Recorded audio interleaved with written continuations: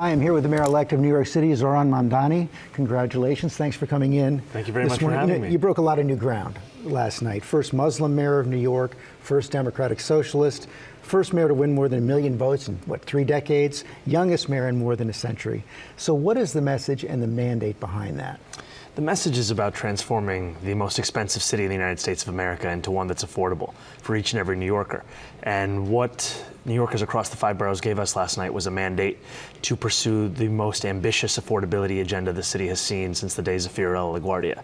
And it's time that we start to deliver it. Well, let's dig into that, because you're talking about a rent freeze, you're talking about free buses, you're talking about free childcare. Can you do that without raising taxes? I think you can do that, and I think you have to raise taxes on the top 1% of New Yorkers who make more than $1 million a year, and you do that by raising taxes by them 2%.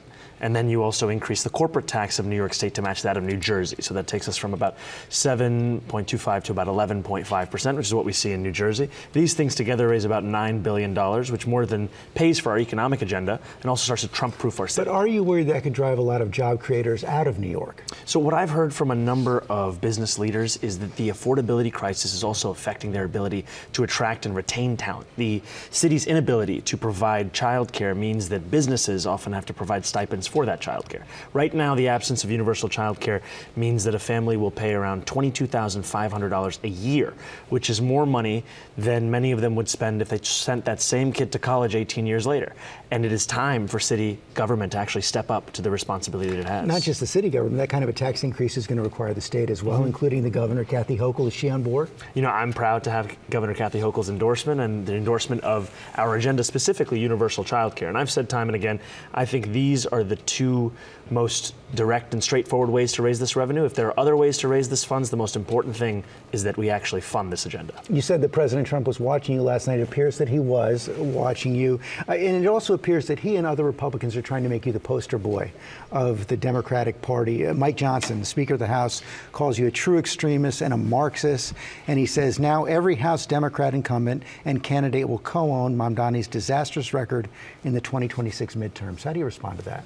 Well, I'm looking forward to showing the power of an example here in New York City, an example of what it means to not just diagnose the despair in working people's lives as the cost of living crisis, but to deliver on it. And that's the contrast between myself and President Trump. He's someone who ran an entire presidential campaign on the promise of cheaper groceries and is now, as the president, making it harder for Americans to afford those groceries by cutting SNAP benefits. You worried he's going to crack down on New York City, maybe even do what he's done and tried to do in Portland and other cities, call the National Guard in? You know, I think that his threats are inevitable. I also know that it's time we actually call this for what it is. This has nothing to do with safety. It has to do with intimidation. If it was safety, President Trump would be threatening to deploy the National Guard to the top 10 states of crime, 8 out of which are all Republican-led, but because of that party, he won't actually be doing so. So you say you won't be intimidated. How do you stand up to it? I think there's a number of ways. The first thing is you actually utilize the courts. You stop treating things as being law just by virtue of the fact that President Trump is saying them. You can look at the example of California, where you find the Attorney General, the Governor, and the Mayor of LA coming together,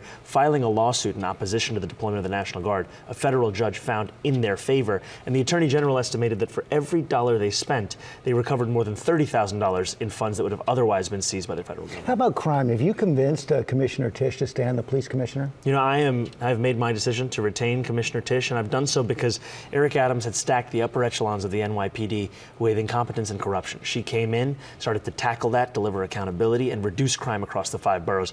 That is what we would build upon under a Mamdani administration, in addition to creating a Department of Community Safety to tackle the mental health and homelessness crisis head on. You've made your decision. Has she made hers? I am looking forward to continue to having conversations with her and to assembling a government of the best and the brightest to deliver on this agenda. You know, last night you also said you wanted to reach out to New Yorkers who didn't vote for you. Probably highest on that list is Jewish New Yorkers. It looks like there was about a 30-point gap, according to the exit polls, between you and former Governor Cuomo. How do you convince those voters that your vision of New York includes them and your victory is not a threat to them? You know, I was on the M57 not too long ago, which is the slowest bus in New York City, 4.9 miles an hour. And I was seated next to a woman who introduced herself to me as a speech therapist. And she told me that she was Jewish, and she said that her daughter is a huge fan and phone banks from college and that she wasn't so sure. And I asked her, to share, and she shared her thoughts about what it also means to be Jewish in New York City today, and the scourge of anti-Semitism that often worries her, that she was trying to sell her apartment. A realtor told her to put away, in her words, the Jewish books on her bookshelf. And I told her that this was unacceptable, that we were fighting for a city that didn't just protect Jewish New Yorkers, but celebrated and cherished those same New Yorkers. And I'm looking forward to being the mayor for every single person that calls the city home, and showing that my job is not to remake City Hall in my image, but rather in the image of struggling New Yorkers. And that means New Yorkers will find themselves and their struggles in people who have decision-making power across my administration. You said a lot of that during the campaign, but it didn't seem to work with this group of voters. What more can you do now? Well, I think there are a lot of voters for whom the trust comes from the actions that you actually take. Many have, have understandably been disappointed by politics and the promises that have been made by many before me. Now my opportunity is actually to deliver as the next mayor of the city. I was struck by a tweet that came out last night on X from Bill Ackman, who was one of your biggest opponents in the campaign. Billionaire, spent a lot of money trying to defeat you, but he did congratulate you and say he wants you to call on him to help New York. What are you going to call on him to do? Well, I appreciated his words, and I think what I find is that there is a needed commitment from leaders of the city to speak and work with anyone who is committed to lowering the cost of living in the city, and that's something that I will fulfill. Thanks for coming in this morning. Thank you so much.